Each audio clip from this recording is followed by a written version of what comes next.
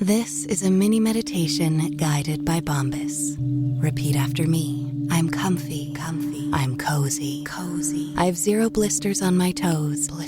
And that's because I wear Bombas, the softest socks, underwear, and t-shirts that give back. One purchased equals one donated. Now go to bombas.com/listen and use code LISTEN for 20% off your first purchase. That's bombas.com/listen and use code LISTEN at checkout.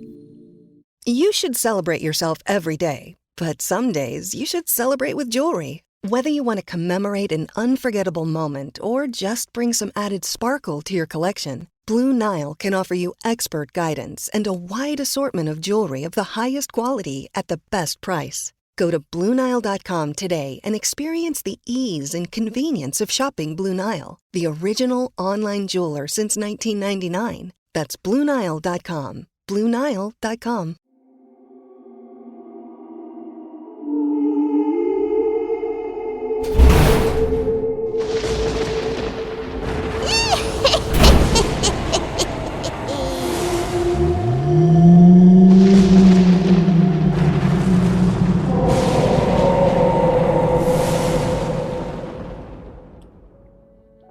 Hello and welcome to another episode of the Halloween Podcast. I am your host, Lyle Perez. Today is October 29th, 2024, and you are listening to episode 48 of our Haunted America series.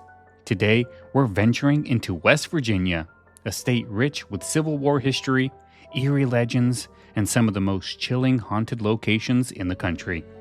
From abandoned prisons, which I've actually been to ghostly amusement parks, West Virginia offers a variety of ghostly encounters that will leave you shivering.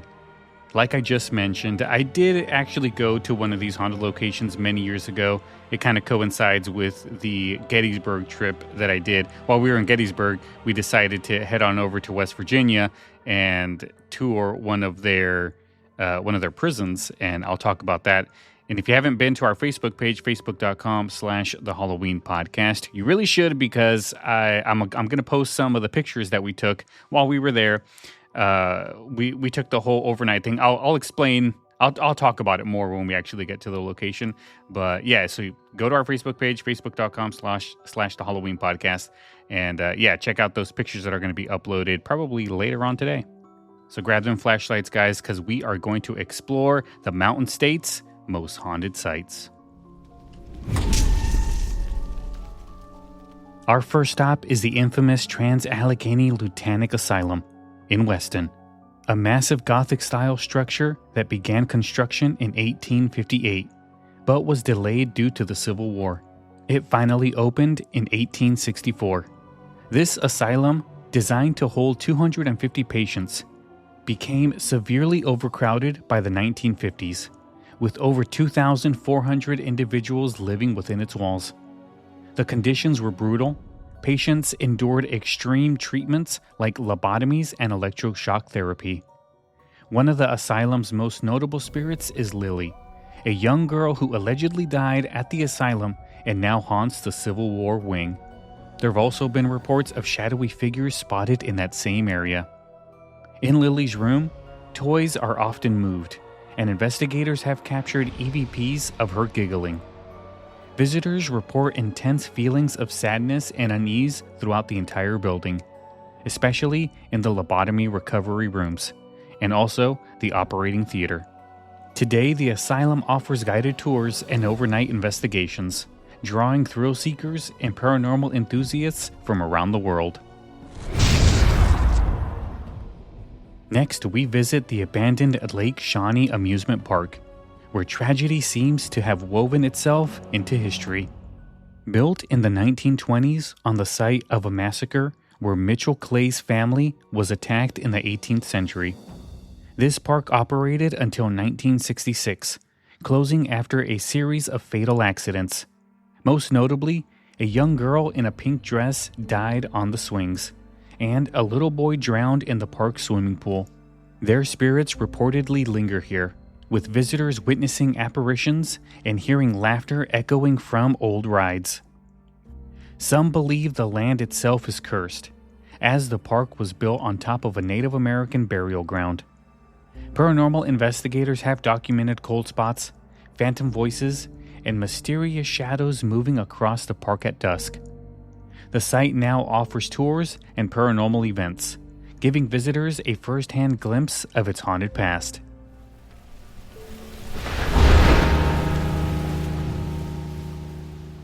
The West Virginia Penitentiary, an imposing Gothic structure, operated from 1876 to 1995, notorious for housing some of America's most hardened criminals.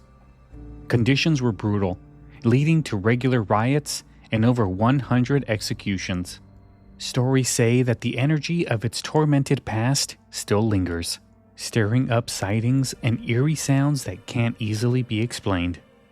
One of the most famous entities here is the Shadow Man, a dark figure frequently seen near North Wagon Gate, moving stealthily along the walls before vanishing into thin air. No one knows who or what he is, but many believe he's a restless spirit trapped within the penitentiary.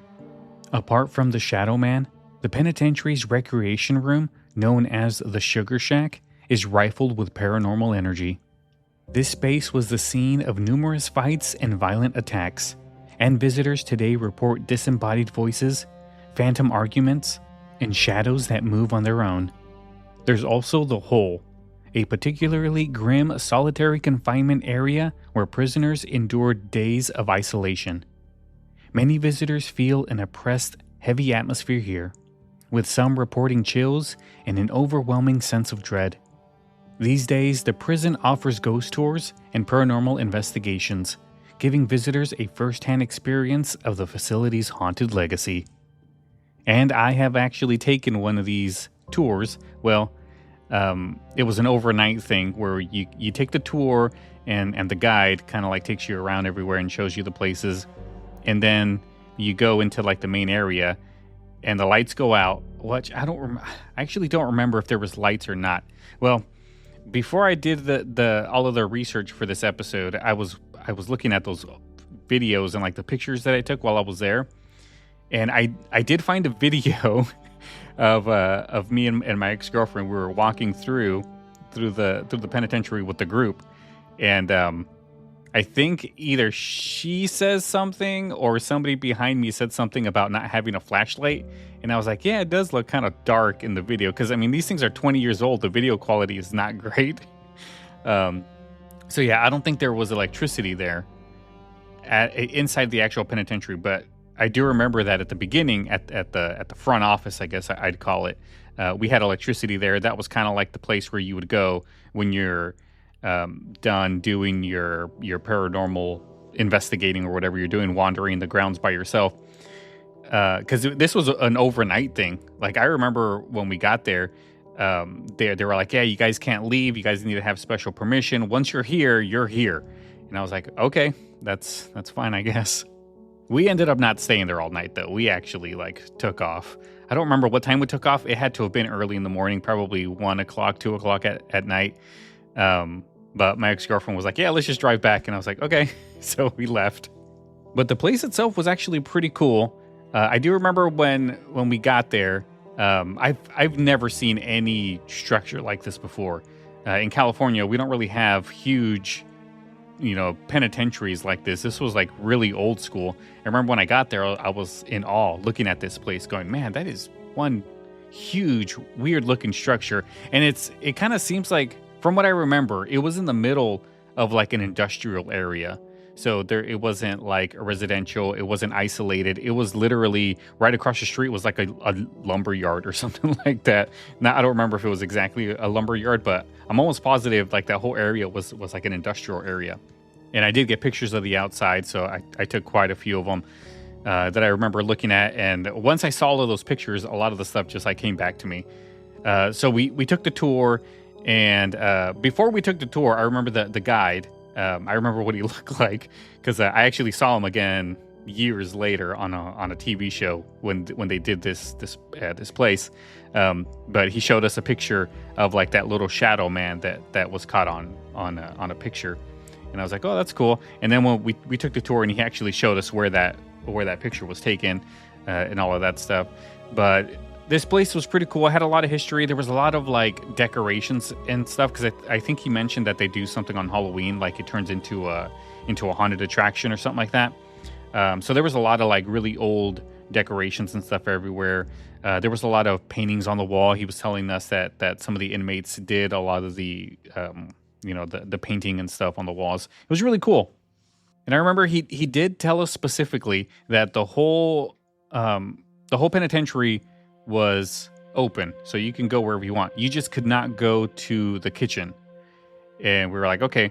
So we were on our own, walking around, and of course, my ex-girlfriend's like, hey, let's go to the kitchen. But he said that was the most active. And I was like, okay. So we found our way to the kitchen, and like one of the doors was open. And I was like, all right. So she went further in, and she was walking around, and I can see her flashlight moving about. And there was actually somebody else in there. So that warning of, don't go into the kitchen, it's off limits. I don't think anybody really cared. There was other people in there. And then there was people behind me because I was at the door. I was trying to keep it open so it wouldn't shut on us. And then other people were like burrowing through. And I was like, okay. But it was a lot of fun. It sure is a lot of fun when you're with a lot of people. But it's really hard to get any experiences because like you're wandering in a place and you hear a noise, you look behind you and there's somebody running through and you go, okay, that was just a regular person, was nothing. So it's hard when there's so many people just wandering everywhere and you're not in a group. So we did go outside for a little bit. I do remember that. And there was like this building, like a barn outside. And I think there was like a noose or something, or a large rope hanging from one of the rafters all the way down to the bottom. I do remember that. And we did walk to the top, to the little catwalk that was up there. And that was a pretty good walk down. I was like, please don't give out on me this little plank that I'm standing on. But it was a lot of fun. Yeah, I'm alive, obviously, because here I am. But that's definitely one area that if you guys haven't done and you're in the area, take a drive out there because it sure is a lot of fun. And as I was watching the videos of when we were there, for whatever reason, I recorded the video of her telling her mom that we were going to go stay overnight there. Total comical stuff. But okay, yeah, let's move on to the next location. But before I do that, make sure you go to the Facebook page, facebook.com/The Halloween Podcast. Check out the pictures that I'm going to post there because there's going to be a lot of them. All right, guys, let's move on.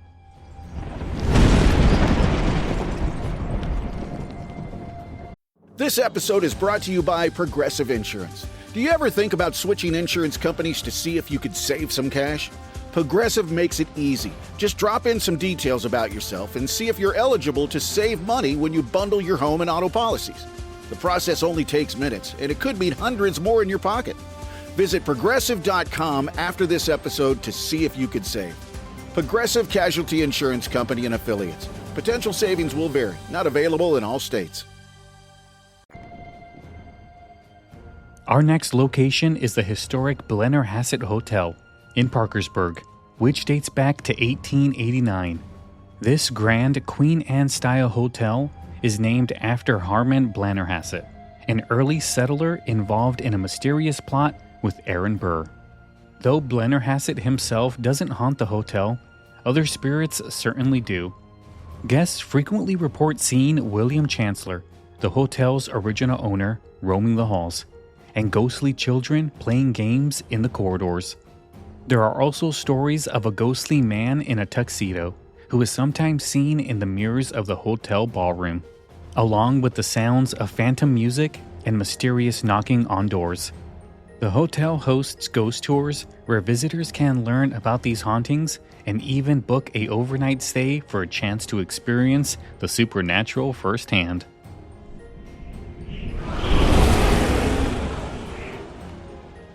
Next, we travel to Harper's Ferry, a town steeped in Civil War history and famous for John Brown's raid in 1859. Many visitors claim to see the ghost of John Brown himself, often near the old firehouse where he was captured. The town is also known for Screaming Jenny, a woman who tragically died after catching fire and running onto the train tracks. Visitors claim to see a fiery apparition on the tracks, vanishing moments before trains pass. Harper's Ferry was a crucial location during the Civil War, and the ghosts of Union and Confederate soldiers are said to march through the streets on misty nights. The town's St. Peter's Church is rumored to be haunted by Civil War soldiers who used it as a hospital. Harper's Ferry offers ghost tours that explore these chilling stories, making it a favorite for history buffs and ghost hunters alike.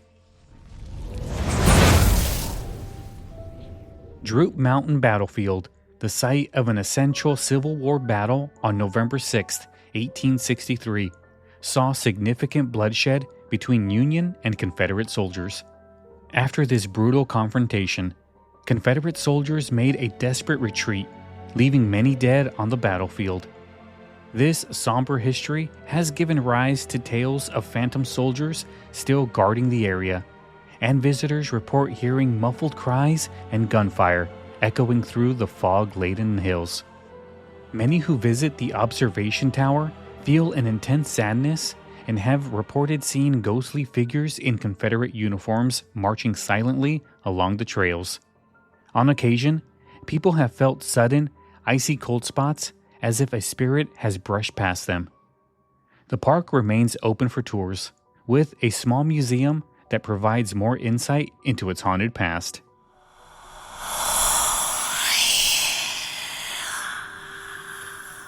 The Heyman House was built in the early 1900s and has been known for its ghostly residents ever since. Over the years, various families have reported seeing a mysterious woman in white who wanders near the windows, especially in the upstairs bedrooms. This spirit is often accompanied by cold chills and the feeling of being watched. Another ghostly presence, known as the Gray Lady, is believed to protect an antique mirror in the foyer, which some say holds a portal to the spirit world. Guests have encountered floating orbs of light and reported hearing footsteps echoing down empty hallways. Additionally, visitors often describe feeling a pressure on their chests when they pass the stairway. Ghost tours at the Heyman House provide a rare opportunity to experience these hauntings firsthand.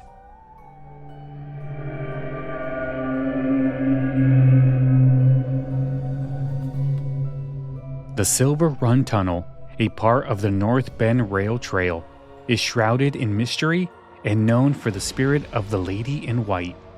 This spectral bride, abandoned on her wedding day, is said to have wandered into the tunnel only to meet a tragic end under the wheel of an oncoming train. The tunnel's dark, damp passage has since become a favorite for ghost hunters who report hearing disembodied cries and witnessing sudden, chilling breezes. Some believe that her ghost is tied to the tragedy, eternally searching for her lost groom. Paranormal investigators have recorded EVPs of a woman's voice calling out for help, and visitors often recount seeing her ghostly figure lingering in the shadows, vanishing as they approach. The North Bend Rail Trail is open for hiking and biking, with Silver Run Tunnel as a major attraction for thrill seekers.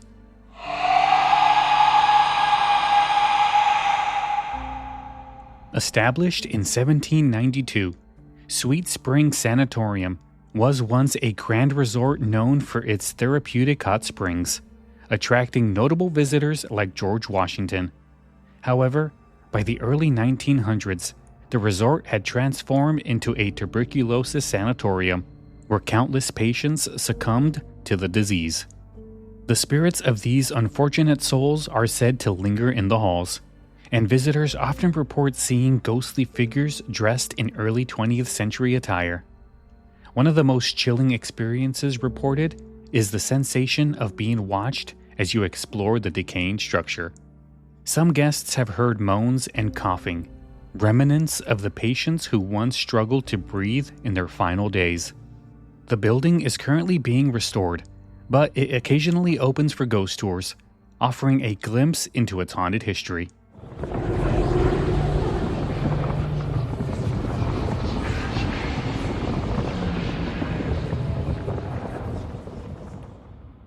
Built in 1890, the Whipple Company store in Scarborough served as a central hub for the local coal mining community. Here, miners and their families could purchase all necessities, from food to clothing, and even burial supplies, since the building also contained a morgue. The store's architecture, with its distinctive design, was intended to intimidate and control miners who were often in debt to the company. As a result, it became the site of numerous tragedies and hardships. Many believe that the spirits of these miners and their loved ones linger within the building. Visitors frequently report a cold, heavy presence when near the basement, where the morgue once was, and have heard phantom voices calling out from the old store floor.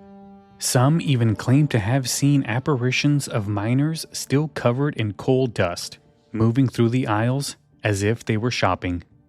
The Whipple Company store occasionally opens for ghost tours, allowing visitors to experience its eerie atmosphere and uncover the dark history that haunts its walls.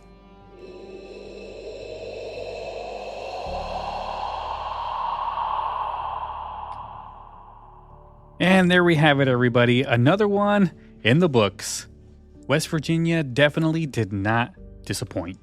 I have not been back to West Virginia in probably since that time I went to the penitentiary, and I definitely should go back. I should definitely go back to that penitentiary too, because it was a lot of fun. So yeah, guys, go to that Facebook page right now, facebook.com/The Halloween Podcast. Give it a like, because later on today I'm going to post some of those images, probably after I'm done here at work, because yeah, I am supposed to be working, but I'm actually here recording, because I'm getting towards the end of Haunted America. I only have 2 more episodes left. Guys, I am so sad. Maybe I'll come up with another countdown, maybe something not as long, because 50 episodes, I'm telling you, is a lot of work. And also, I think that it gets very repetitive because there's just so much information that's all the same. A lot of these places have some type of lady in white, lady, blue lady, purple lady. Like there's a ton of them. A guy in a suit. Like there's a lot of those types of hauntings everywhere. Which, I mean, how many different types of hauntings can we really have? But yeah, that is 50 episodes is a lot. I did actually think of another type of a series that we can do. It will not be an everyday thing, because it's a lot of work to do these every single day, guys. But it's a different type of series that I think you guys might enjoy. I have one guest lined up, said that they're ready to go and start doing it. So I'm going to get some of those recorded, and then we'll see if how I work them into the Halloween podcast. But it's definitely something you guys will like. Has a lot to do with horror, I guess, stuff, and history, a lot of historic stuff. So yeah, stay tuned for that. If you guys have been enjoying everything I've been doing here at the Halloween podcast, especially with this Haunted America series, please consider leaving me a 5-star review on either Apple Podcasts, Spotify, wherever you're getting your podcasts from.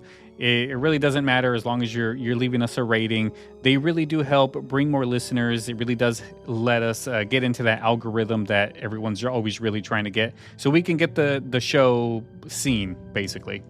And if you have any questions, comments, or want to suggest anything for a future show, send me an email, thehalloweenpodcast@gmail.com. You can support the show by going to our website, thehalloweenpodcast.com. Check out our merch store. We got a lot of cool stuff up there. Feel free to order some postcards, some stickers, post them everywhere so you can let people know that you listen to the Halloween podcast. All right, guys, that is it for this episode. Come back tomorrow because we are on our way to Wisconsin.